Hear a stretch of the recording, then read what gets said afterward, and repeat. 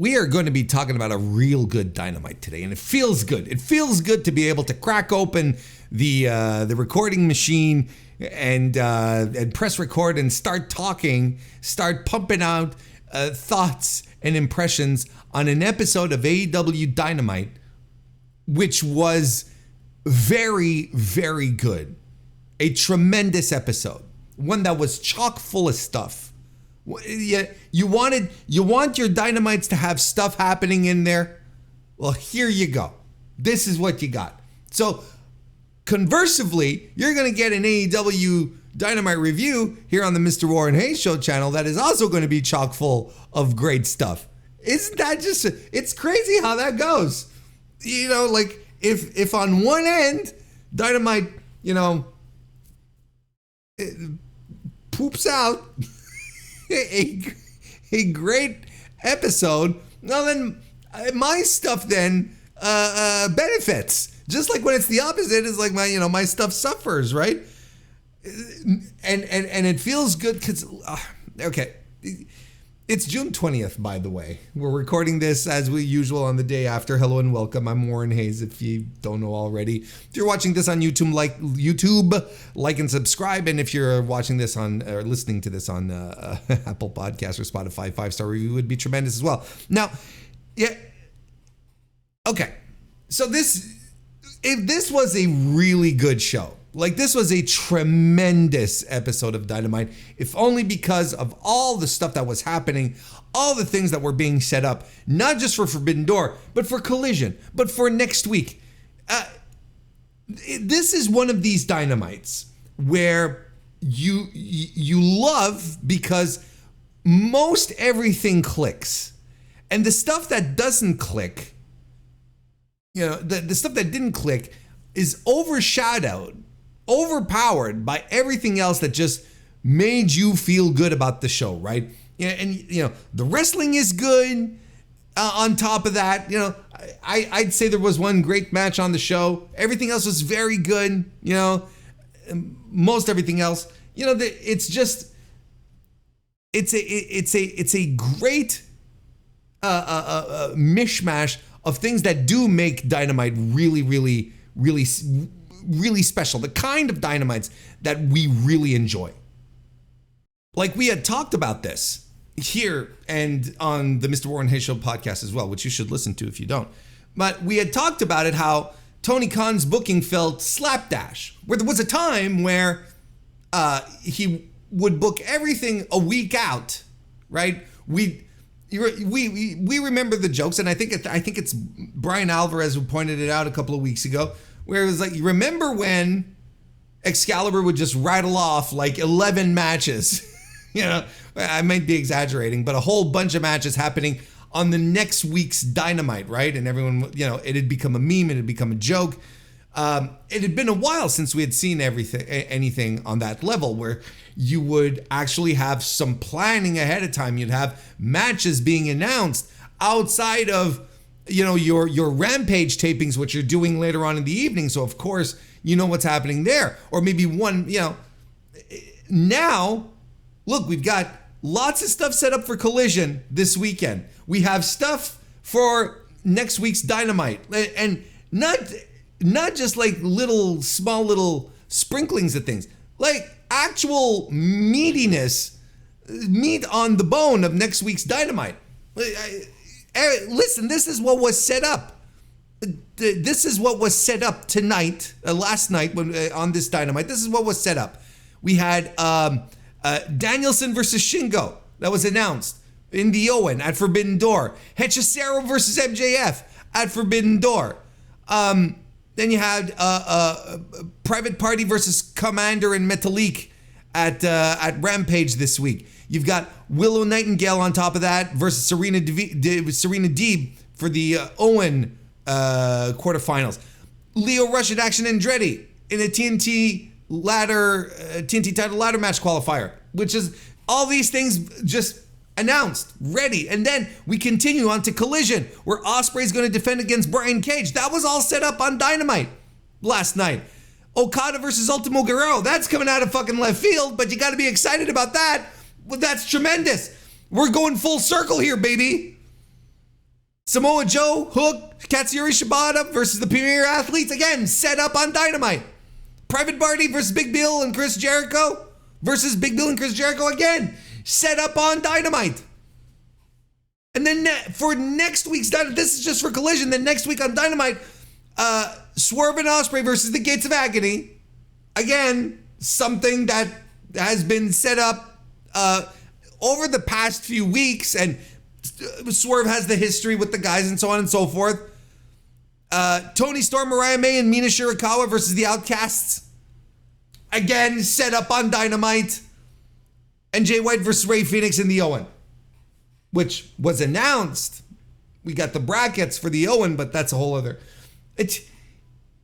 And there's more stuff, and then there's story beats that we're gonna go through them as we go along. But there's story beats and teases and seedlings being planted, story seeds being established for future whatever. And I'm like, this is all delightful. This is all I really want out of my weekly pro wrestling. Is like stuff happening, getting me excited for the upcoming weeks. And you feel, then what happens is that you feel there's a plan. Then you start to feel like, okay, we have a vision here. We have something, a target for all these people. We have a flow through that exists for these folks. And you're going to tell me, oh, but Warren, there's a lot of these things that are happening. They're being planned in advance just because it's a tournament. And I go, yes, exactly. That's what tournaments are for. It's the easiest way to get some continuity and some direction, because you have to book out the tournament. You have to go, this is how we're going to do it, and book your winners. So of course, if there's 2 tournaments running right now, one for the TNT title ladder match and one for the Owen, well, of course we're going to get more direction. We're going to get more stuff set up. It makes sense. And that's what they're for. And that's why you always should be excited about tournaments. That's why when tournaments let us down, it stinks. Because you're like, But we're off to the races. I cannot tell you how much I enjoyed the feel, the vibe, as the kids say, of this Dynamite, because I felt like it felt like the prime Dynamites. It felt like when that it was Tony's main concern, and he had, his spiral notebook, and he was taking notes and mapping things out. It kind of felt like that. It felt like we were heading back down that path. And I hope it maintains. I hope it sticks that way. Here's the other thing. I hope it sticks that way, because we could easily fall into the other trappings. We could easily fall into patterns that resemble maybe 2023, where the creative isn't inspiring, and on top of that, everything is slapdash, and you're not quite sure what was going on, or even for a couple of months here in 2024 as well. You could argue, the post revolution AEW maybe wasn't at the top of the game. But the MJF stuff over the past 3 weeks, because he's essentially been back for 3 weeks, if I'm not mistaken. It's worked with the Roosh thing, and because there was a plan, there was a through line for it all, and they had the big they had the teases, then they had the big pull apart last week to lead us into this match, and that's why people got excited. It's so simple to get people excited for pro wrestling when you book it right, when it makes sense, when it's captivating, and when the wrestlers are people that are exciting and captivating and can put on a good match. And AEW is not is not in a position where they're missing out on top tier wrestling talent. Oh, no. We've said here multiple times that this is probably the best. This is arguably because we could do deep dives on this and research, but this is arguably the best professional wrestling roster ever put together in North America, ever. The level of talent is absurd. So AEW trying to book, competent talent is not an issue. The issue is the direction, the angles, the creative, the storytelling. Call it what you want. And now, last night, I felt a lot of things that made me feel good. Felt a lot of things that reassured me. A lot of things happened. A lot of things are being set up. I'm hoping this is a positive trend. Let's get to it then. This show that happened in Fairfax, Virginia at the EagleBank Arena, of course, on June 19, 2024. First time in the venue. 4,167 tickets distributed. That is not bad for AEW. That's not bad. Especially for a first time there. It's they have to have had a sigh of relief. Now there's the issue coming up with there's ticket issues because we're coming up to the Arlington residency, right? As they're referring to it, the road to All In, the residency. We'll talk about it as we get to those shows, right? But right now the ticket sales are a little weird. But we'll cross that bridge when we get there. AEW is nonetheless getting a really good deal for the building. It won't take much for them to break even with the venue. But look, as I said, we'll cross that bridge when we get there. But as it stands right now, the show opens. Let's get right to it. The show opens with MJF's MJF. Why did I pluralize it? MJF defeating Rush. And it starts with the cold open, and the guys are fired up. The crowd is fired up for this, and there's no collar and elbow tie-ups. There's no feeling out process. These guys just go right to it. Like, this is all ego. Two huge egos going forward. They strike at each other, and MJF goes for the eye poke. But then he eats a headbutt from Rush, makes him bleed from the mouth. Kind of think we had a blood packet there involved. There are a couple of signs in the match. If you were paying attention, where it's like, oh, he's reaching for something, he's hiding something. And Rush is in control for a good part of this match here, and he does this, and not he, but MJF does this great snap pile driver, like just a tremendous move. And Rush is just beating the hell out of MJF, throwing him into the barricades over and over as he is wont to do. But MJF's just eating it. It's just brutalizing, and he brutalizes MJF with the TV cable. MJF fights back eventually, lands the heat seeker and the brainbuster for the win. Clean as whistle. Like, you could not get a more definitive win than a 1-2-3 like that. Look, I like this match. I gave it 3.5 stars. I thought this match was very good. I enjoyed it tremendously. And it was a great TV match, and I thought both MJF and Rush worked really hard. I honestly thought this was tremendous. It was a tremendous showing, and I wish they'd do more. But I was curious as to how this was going to happen, how this match was going to go through, because look, Rush is. But no, he's clearly a very positive influence, a locker room leader. Did what he had to do. After the match, the Cage of Agony dudes show up on the Tonytron to mock MJF, and they're there with Hechicero Brian Cage tells MJF that he's fighting Hechicero at Forbidden Door. That's about as left field of a match that you could get at Forbidden Door. But I'd be lying if I'm not into it.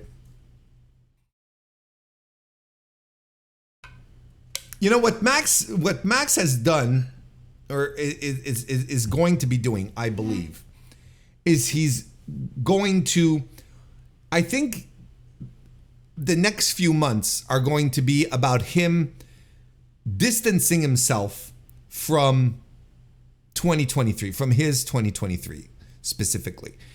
As far as his in-ring work goes, where it was very shtick heavy, despite him having some tremendous matches. Brian Danielson comes to mind. Lots of shtick, lots of nonsense. And he said it himself in his promo when he came back that, kangaroo kicks and all this bullshit was done. And I think he's going to back up those words as much as possible. He's going to put his money where his fucking mouth is, as his boss likes to say. And he's going to do his best to win in decisive fashion, where his skills are going to come across. Because, I have always said the same thing here. I've never wavered on this, is that MJF is a tremendous pro wrestler. And he likes to play off the idea that, he's not in it for the 5-star matches. He wants to downplay the fact that he's a work rate guy, which he's not, but he could, is the point. And when it's time to tune it up, he is absolutely able to deliver world-class level matches. And what he did last night was working. He worked. He worked hard too. And I think this is the path that he's going to be on. He's going to try and keep the bullshit as minimal as possible, or do like he did last night, do the Roddy Piper tribute spot, before early in the match. But as the match progresses, things get more serious and focused on bringing the match over, concluding the match in a satisfying manner. And I think that's going to be crucial moving forward. And I think like that, and that's the thing. A guy like Hechicero, who Canadian American fans really, really like, a guy like him can mix it up with MJF, and we'll probably see things from him that we don't usually do. But I don't think he's going to rely on shtick all that much. There's going to be a little. It's MJF. But I don't think he's going to rely on it as much. I don't know. It's going to be interesting. Then we get a recap of Jack Perry. He's got a recap of Jack Perry beating down on Dustin Rhodes last week for the TNT tournament. Then we head over to Renee Paquette, who is backstage with Mark Briscoe, Orange Cassidy, Kyle O'Reilly, and Dante Martin. Mark Briscoe takes control of the promo like he did last week in his, completely off the cuff, terrific, energetic promo. He says, the word of the day is vengeance, and the word of the day is redemption. That's right, 2 words of the day. I love that. I think you could see in his brain where he says, the word of the day is vengeance. The word of the day is redemption. And you could see it in his brain going, wait, those are 2 words. That's right, 2 words of the day. You could see him like, oh, wait a minute. He was so caught up in his thing. Another fantastic promo by Mark Briscoe. Like, what are we even doing? And look, how much more could we put over Mark Briscoe than we already do? Then Jack Perry walks by, and Mark's like, what the fuck does he want? And then they all disband to get ready for the match later on, which we will absolutely talk about. Will Ospreay and Swerve Strickland have their face-off. I thought this segment felt a little off. I thought it was a little clunky. And the better parts of this promo were when Will was on the microphone. Because I thought Swerve fell a little short here. Will was verbose and well, verbose maybe not the right word.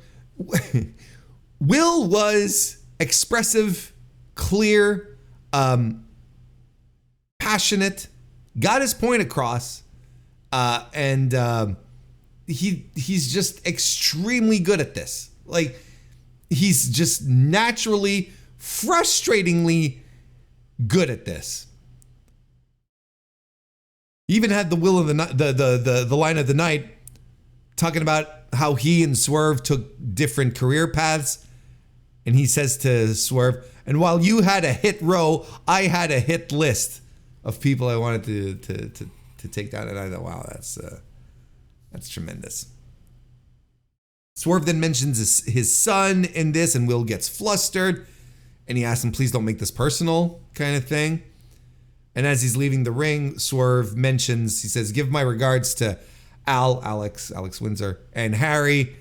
And Will just like pops a gasket and he whips himself back into the ring, and they just jaw jack at each other. I guess the main takeaway here in this promo is that Will said explicitly that he will not need the Don Callis family. He doesn't want the Don Callis family with him. He doesn't need them. Right? And that creates flustered individuals. We'll get to that. But that's that's the main takeaway as far as a little story bump to add to the Forbidden Door match. Will Ospreay coming to the ring without the Don Callis family. They will not have his back. And yeah, you know, it's weird. It's weird to me that Swerve wasn't able to keep up. Like I think he tries to do a style of promo.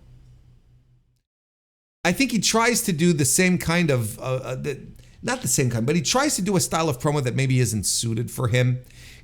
And ultimately what it does is it makes him, it just cracks the aura a little bit. And I'm not calling it an absolute disaster, but it kind of stinks because 2 weeks ago, I was here talking about how I felt how Swerve Strickland was, I feel he was leaning into this championship or into this championship position. Like his aura was starting to feel like a world champion. This, like he was growing into the person, right?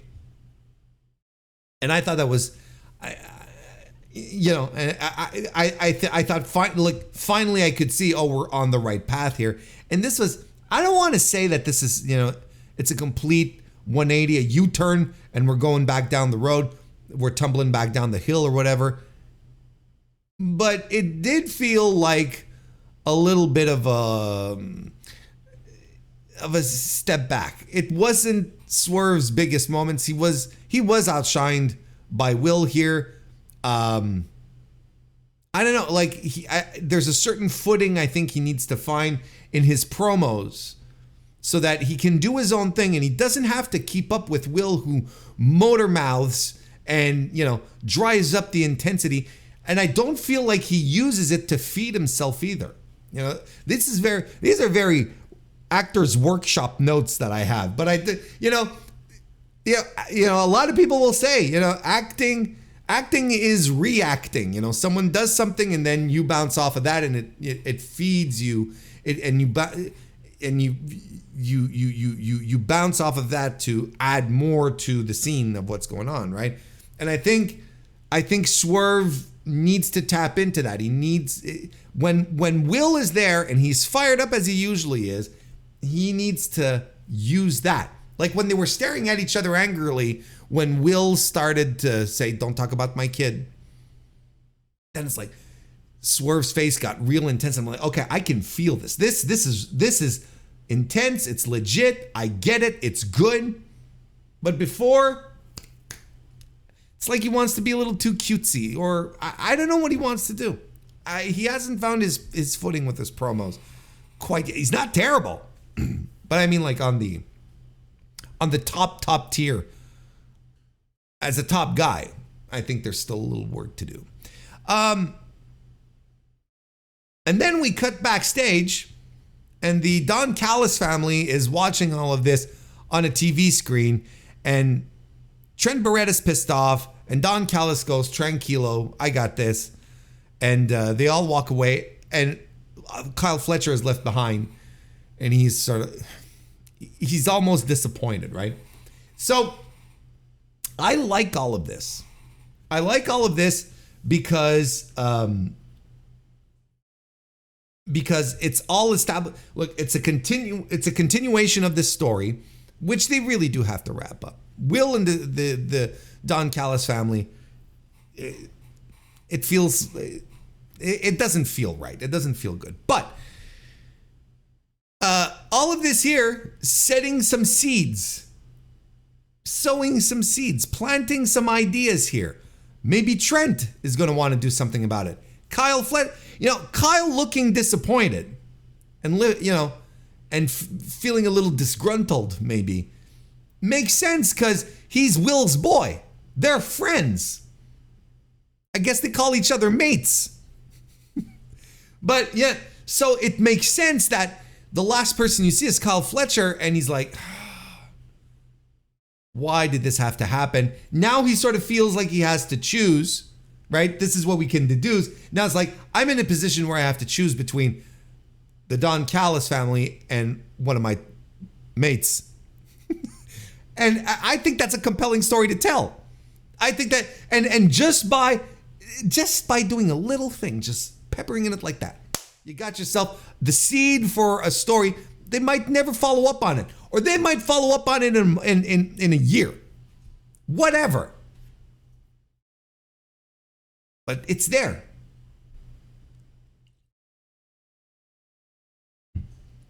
Dante Martin, Kyle O'Reilly, Mark Briscoe, and Orange Cassidy defeated Roderick Strong and Konosuke Takeshita and Kyle Fletcher and Zack Sabre Jr. in an all-star 8-man. That's what they called it, right? The all-star 8-man match. This was tremendous. What a tremendous match. And just stuff happening all the time. We should have an all-star 8-man tag team match every week. They did the 6-man, a multi-man, a trios match. They did it last week with the trios match, which was tremendous. And now we're back doing it again this week. And the thing here is that everyone is like, oh, isn't this great? They should do this every week. There was a time where these matches would happen all the time on Dynamite, where you would have these great multi-man matches, these trios, 8-man or 10-man matches, and just stuff happening and people working hard and the crowd is electric. And they would happen every week, and they would be exciting. They get everyone up on their feet. Plus, great use of these matches to set up stories to sow more seeds.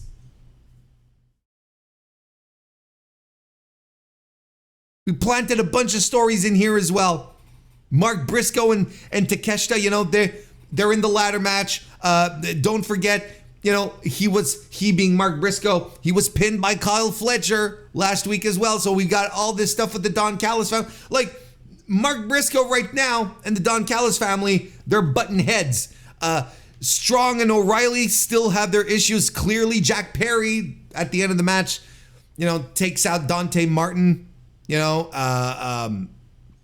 both in the ladder match as well, and Konosuke got involved in that too. And of course, Zack Sabre Jr. and Orange Cassidy, who are having a match at Forbidden Door. So you have all these things happening, all these things to further stories, to plant seeds. You've got so much stuff going on.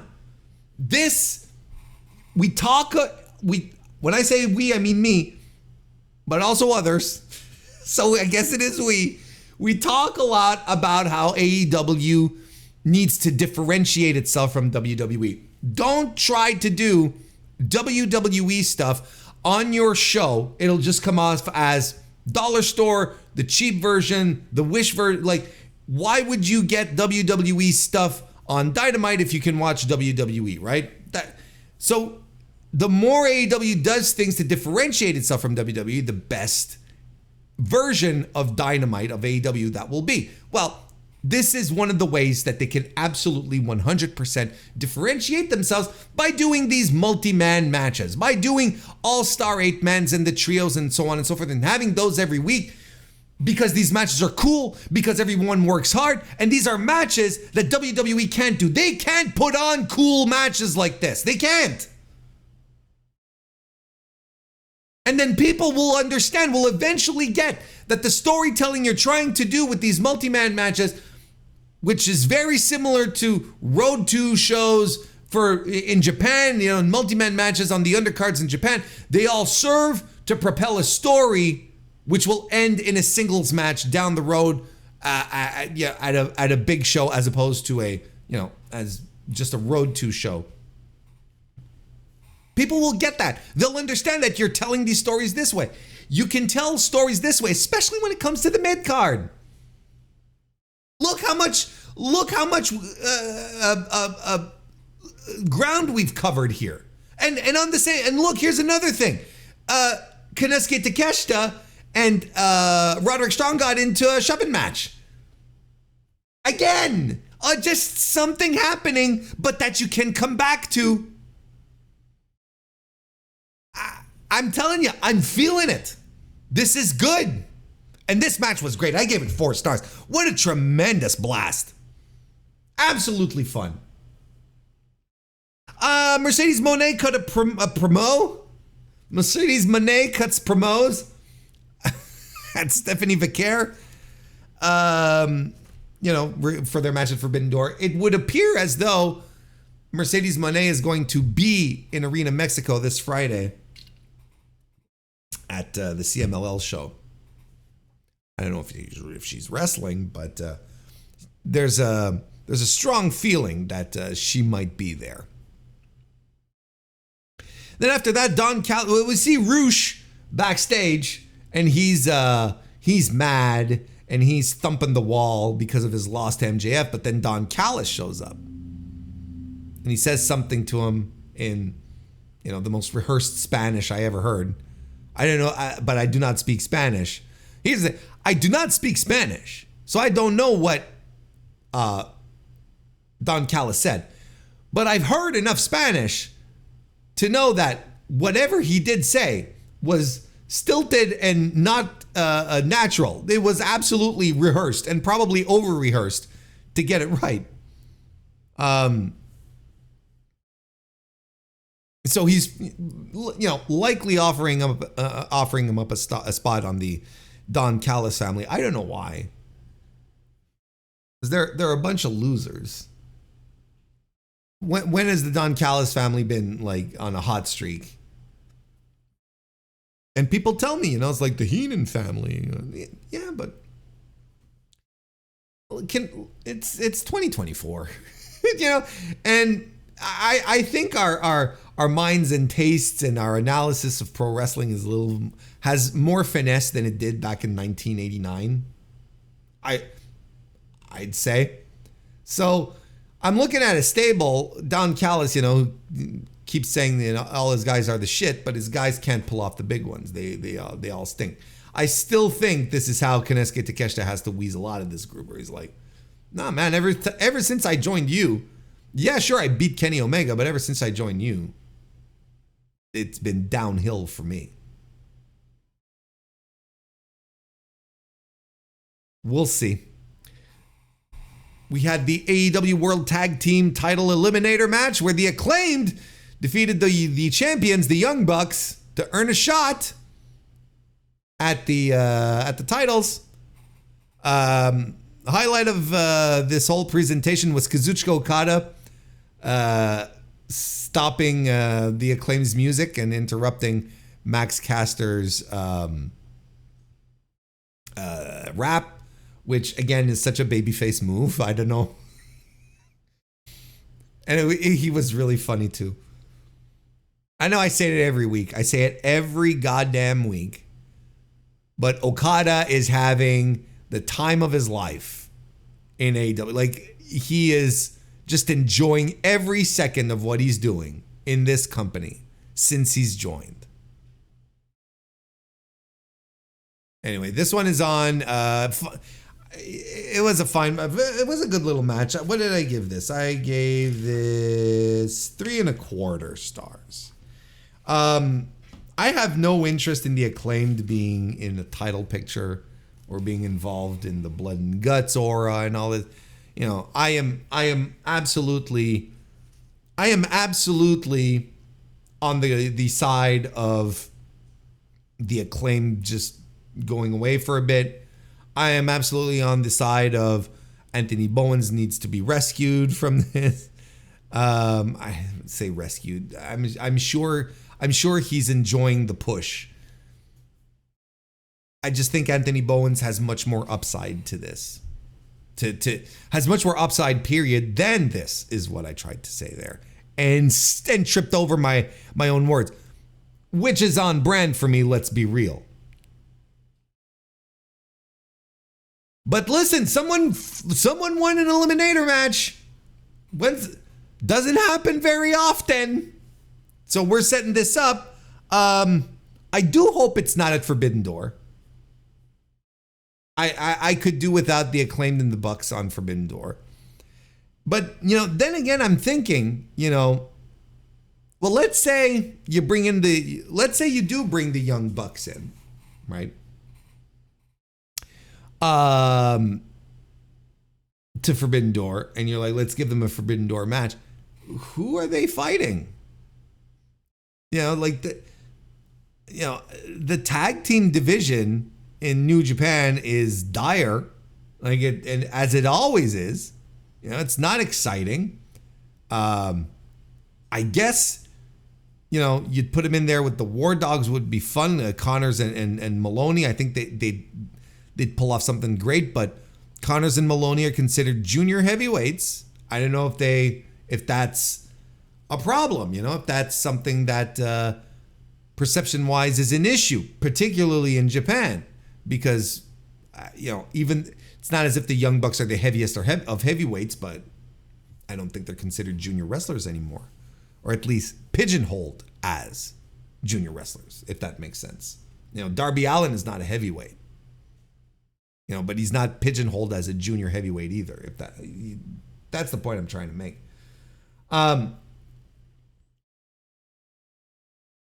Bishamon, maybe, but, you know, okay.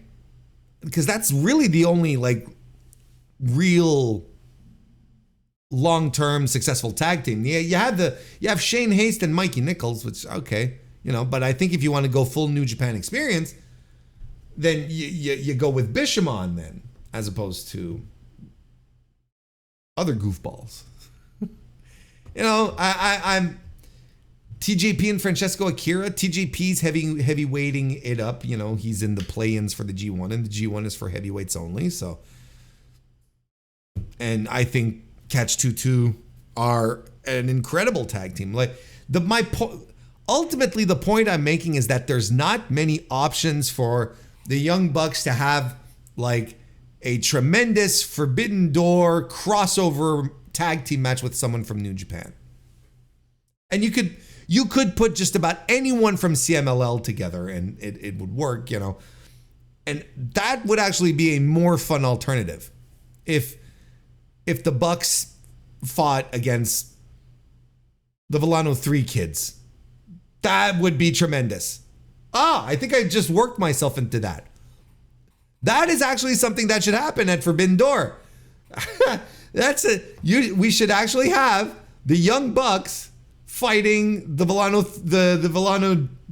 3 kids. El Hijo, the Villano Jr., and Villano, you know, the Villanos, Villanos, Villano, you know, not quite sure how to pronounce it. But yeah, so the Acclaimed are involved in a title shot, and okay then. Samoa Joe and Hook are backstage with Shibata on camera, and they are heading towards the Premier Athletes locker room. Joe starts bantering with Hook, and he asks him, what's the best spot in town? And it's right, for I don't remember what food. I think they were talking about food. The audio wasn't great at first, and Hook says, "Oh yeah, it's right by my place," And Joe says, "You can't do that. You can't go telling people where all the best places in New York are close to where you are because your rent's already expensive. And then the more you tell people that the places are great, the more they're going to come into your neighborhood and your rent's going to go up, and they're going, in a tremendous delivery. Like Joe was just impeccable here. And I really like this dynamic they have. They're walking, they're about to go beat up some dudes, and they're just like chattering. They're just bantering about stuff, and it's giving me some Pulp Fiction vibes. It's absolutely the path we're going down here. And they set up to the door, and be extra. He tells Hook as they're going, all these little quirks. It's good. So it's very good. And they go in to beat up the Premier Athletes. They're not there. Mark Sterling left a note, and he says we're gonna have a match on Collision, and Shibata's gonna be in there. He tucked into his robot machine, and Hook and Joe are just so incredibly endearing. They are like this little dynamic they have set up is the most endearing thing, and in a good way. I think it's good, and it's the best Hook has felt in a long time. Imagine that. Imagine the idea of you wanting to put this kid over as a badass and then pairing him up with arguably the biggest badass in the company. The most legitimate looking, sounding, acting badass in your company, and it's rubbing off on him. This is, and it feels different. There's an airiness to it, but then it all boils down to, okay, yeah, we're jokes and stuff. Now it's time to get serious. Let's kick some ass. I absolutely buy this. If we're going, if we're letting ourselves get inspired by Tarantino gangster movies, with the pop culture references, the banter, and then getting all serious, and I'm cool with that. Mariah May is the host for the contract signing for the AEW World Women's Championship at Forbidden Door between Mina Shirakawa and Toni Storm, who is the champion, of course. Mina gets on the mic first. She's not bad in English. She's not bad. I'd have thought that, I don't think you can have a full rapid fire conversation with her. That's fine. Like, it's clearly her second language, but I don't think she's not bad. And she tells Toni, despite being a legend in Stardom, Toni is now soft and weak. And then she gets mad at Mariah May. Toni Storm says, if you raise your voice again at Mariah May, I'll slap your bloody tits off. Mina says that she's going for the title at Forbidden Door and for custody of Mariah May. Well, she didn't say custody, but that's what she's saying. So it's official. And Shirakawa tells Mariah that she has to choose, like right now. And before this all turns into a thing, the Outcasts come out, which are now Saraya and Harley Cameron. And she says they're sick of this. And Anna Jay attacks them from behind. So apparently there's a trio. The Outcasts are a trio again. And they attack everyone. And they lay Toni and Mina out. But then Mina gets up at the top of the ramp, comforting Mariah. And Toni's in the ring. And then the Outcasts are in the middle. And you see this is leading to a warm-up match. This is all going to lead to a warm-up match for Forbidden Door. See, like, they just consequential week after week booking. Even though this was a contract signing and it stunk, don't get me wrong. Here I am talking about earlier, talking about how AEW can do things to differentiate themselves from WWE. Well, not doing contract signings would also be a very good way, because it's contrived, it's stupid, it's poor creative, it's bankrupt, it's creatively bankrupt. Hit the bricks. Claudio gets a little promo package for his match against Pac later this evening. And then we get the brackets for the AEW Owen Hart Foundation Tournament for both the men and the women. As it was announced, on the men's side, if we start with the men, we have Claudio Castagnoli and Pac. That happened yesterday. And on the same side of the bracket, we also have Bryan Danielson versus Shingo Takagi, which is going to be happening at Forbidden Door. I don't think these guys have ever met since their Dragon Gate USA match. We're talking years ago, probably around 2012 at this point. Look, I'm just throwing the number out there. You feel free to fact check me. I honestly don't remember when. And it was a tremendous match. I'm kind of excited for this, for Forbidden Door too. Danielson and Shingo. I'd love it. I would absolutely love this.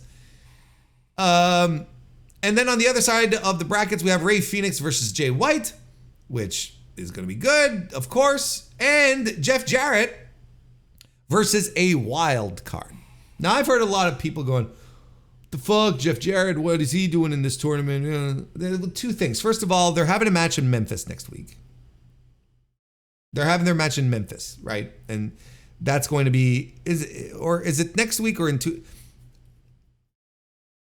I'm pretty sure the Jeff Jarrett match is going to be on, let me just double check here. No, they announced Jay White versus Rey Fenix. But regardless, even without the Memphis, even without the Memphis situation, Jeff Jarrett absolutely has a spot in this tournament, and he should be in here. He had a tag team with Owen, and they were friends. Like, they were actual buddies. So I'm sure for him, it's very meaningful to just even compete, even if he's going to get tossed out, because he's facing a wild card, an unknown. Yeah, I think he absolutely has a place here, and I think people get bent out of shape for nonsense, and it's actually a really nice gesture. Whether the Memphis thing is relevant or not, whether this is happening in Memphis or not, honestly, it doesn't matter.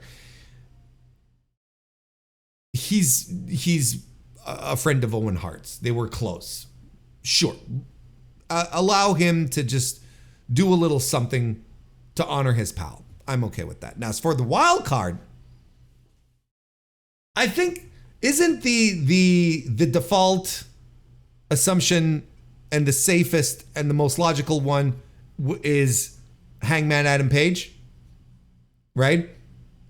Complete silence. Do not know what's been going on with them. Not even a peep. Not even a promo package. A Page is coming back. Nothing. We're preparing something here. I think that is the safest and the most logical wild card for this in the scenario here, without a question, in my opinion. A lot of people are saying Ricochet. Well, Ricochet that'd be a hell of a debut. But then do you have Ricochet lose the tournament? Like, I think one of the things you want to do by bringing Ricochet into your company is not book him into jabroni hell like Vince did. The idea of a Ricochet coming back would be to show the world basically that he's still as good as he ever was and that he's a winner. Finally, allowing Samantha Irvin to feel what it is to date a winner.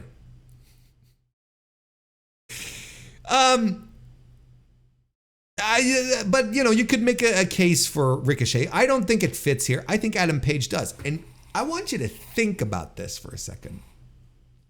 If Adam Page is the guy, is the wild card here, and think about the setup of this tournament where you have Pac, who's talking about getting the spot at Wembley because it's his home, it's his country. He wants to do it. You've got Danielson, who is one of the greatest wrestlers in the world. Like, I think it's safe to say that he's going to beat Shingo, right?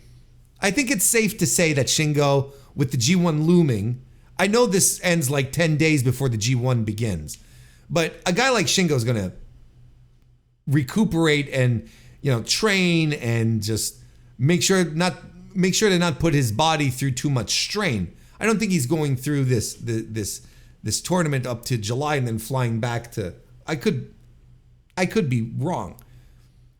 But I think Danielson is obviously moving forward at the very least. Ray Phoenix is what it is. But see, and then you have, listen to how exciting this main event situation would be. Because at Forbidden Door, you have right now Will and Swerve that could go either way. There's very compelling arguments for both. And then you head over to the Owen, and you have Danielson in there where people are like, Danielson might win. A lot of people thought that Will would be in it to regain his spot, lose to Swerve at Forbidden Door, but gain his spot here to win at Wembley.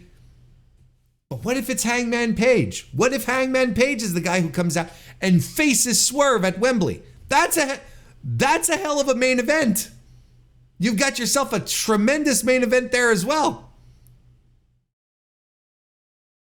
Like, there are a lot of scenarios here that make this main event situation feel good and feels like there's a plan. Again, I feel like we have charted out a path here, and it's not clear yet because good booking will do that.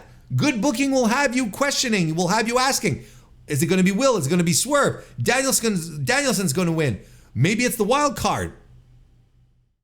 So many things right now in motion, running in your head. It's tremendous. It feels like there's a plan. Like I was saying earlier, I feel like there's a plan, a direction. Let's go. On the women's brackets, we've got Willow Nightingale and Serena Deeb, which, as we mentioned, are going to be having their first match on a Rampage. I'm aware of the spoilers, and I'm not going to spoil anything outside of saying that I've been told that Willow and Deeb, their match was very good. Then Nyla Rose and Chris Statlander. We're going to talk about that match in a second. That already happened. And on the other side of the brackets, you have Deonna Purrazzo and Hikaru Shida, and Mariah May and Saraya. See? Mariah May and Saraya. We've already set this up. There's already heat here. You see what I mean? Like, things are coming together. This feels like a plan. It feels like Tony is finally, instead of booking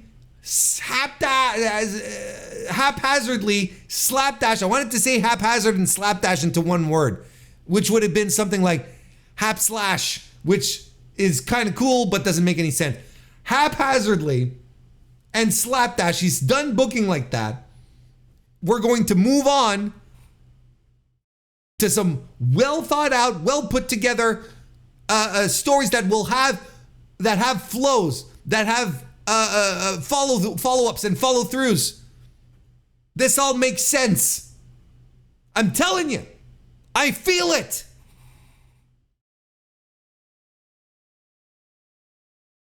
Willow Nightingale and Chris in the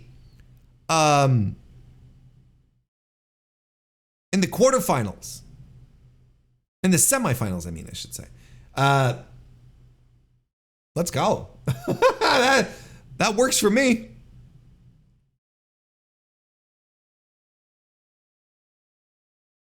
Are they going to do Saraya again? Or are they doing Mariah? Are we pulling the trigger on Toni Storm versus Mariah? I think that's what we're doing, right? Mariah's winning this to get the shot at Wembley against Toni Storm, because Toni Storm's not dropping the title to Mina.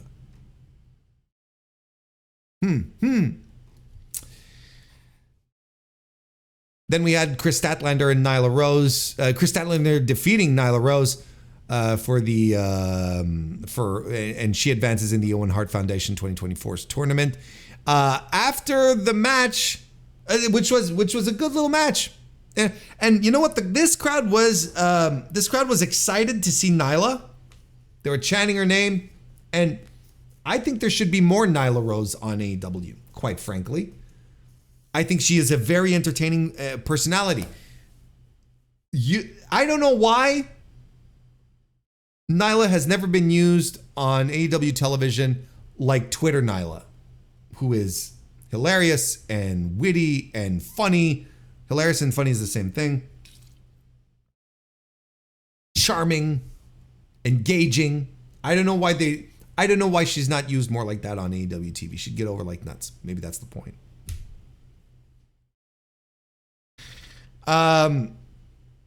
This was a good little match. Both women worked really hard. Statlander ends the match with a tombstone. After the match, Stokely calls out Willow on the mic. And he says, of course, because this is Stokely, if she lays her hands on either him or Stat, she'll be pop locking in the same cell as Justin Timberlake. It's the most Stokely thing to say. But Willow appears on the Tonytron, wishes everyone a happy Juneteenth, and points out that she'll move on to the second round, and there's going to be a beatdown. She'll be, fine little thing. See? Good. Just simple little ways you're advancing your stories. I wish people didn't talk to each other via the large video screens, but Renee Paquette is with Private Party backstage. They say Chris Jericho learned that they're no joke. Well, Chris Jericho arrives with, of course, Big Bill and Brian Keith, and offered some advice as to when he was wrestling in CMLL. And anyway, it's fine. Just a quick little thing.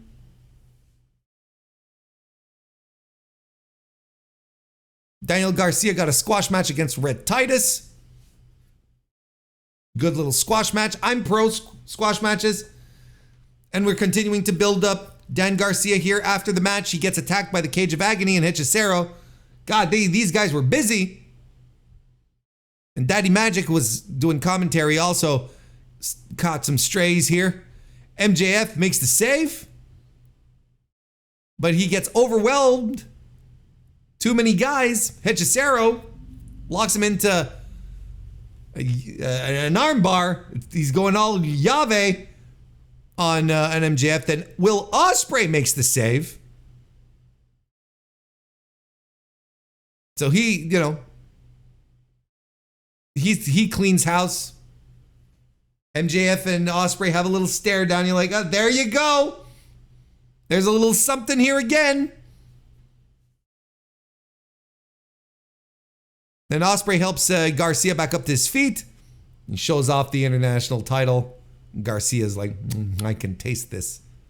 And look, in the short amount of time, what was this? Like, it was a little longer than the match. I think the match was like a minute. Let's say in these 90 seconds or whatever, 5 matches, the seeds for about 5 matches were planted. It's not that hard to see things happening on your show.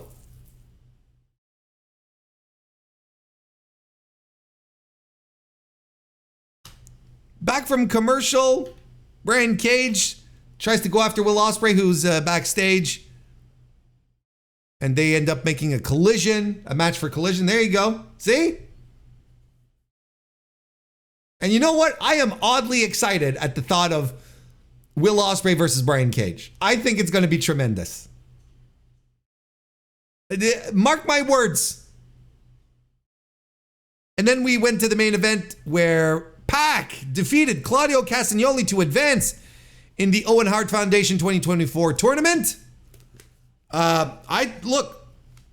Of course, they're going to do all sorts of cool shit on each other, right? Because they're both cool wrestlers. Pac with some great flips and acrobatics, and Claudio with the strength moves, and they're just playing off of each other perfectly. They're the perfect guy to sell the other guy's offense.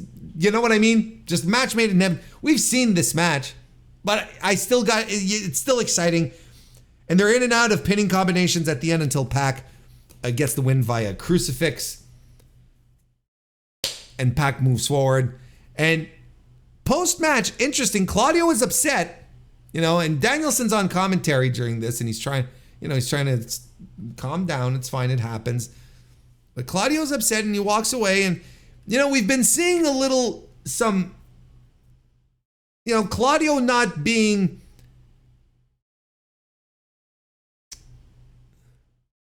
turning out maybe to be a little bit of a dissenting persona in the BCC, right? We've seen it where, he didn't want to get involved in stuff, and now he's like, Danielson's there. He doesn't even go see Danielson. He just goes away to mope, and just, again, little tiny seeds. There's things, if you're paying attention, they're there, and they're not being shoved down your throat. You don't have commentary, looking at, well, I've never seen Claudio Castagnoli this upset. It's like, they said he is upset, but they left it as it is because the camera was focused on him, so they had to say something. But, they're not shoving it down your throat. And meanwhile, Pac stares Danielson down. Hey, yeah, he hasn't won yet, Pac. What are you doing, buddy?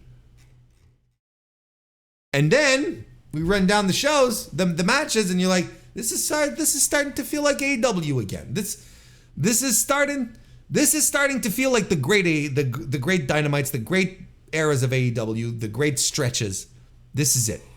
When you're starting to get your matches set up in advance, when it feels like there's planning, like there's thought being put into the booking as opposed to just slapping things together. This was a very good episode of Dynamite. It was a tremendous episode of Dynamite.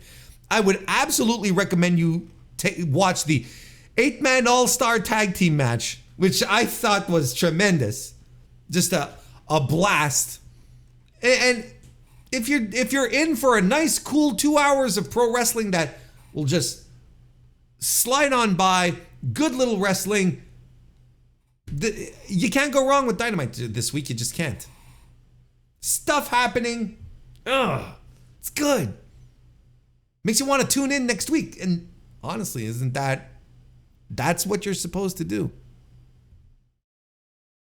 Anywho, I hope this review was good enough for you to tune in to this again next week. And even in the more immediate sense, good enough to have you leave a like on YouTube, or a 5-star review on Apple Podcasts, or a 5-star rating on Spotify. Whichever, that'd be appreciated a great deal. But I do hope you enjoyed today's review. I will be back on Tuesday for a live recording of the Mr. Warren Hayes Show, Tuesday night, 7 p.m. Eastern. Come and join us. We'd love to have you. Otherwise, look, I hope you have a great rest of your week, and I'll see you next time.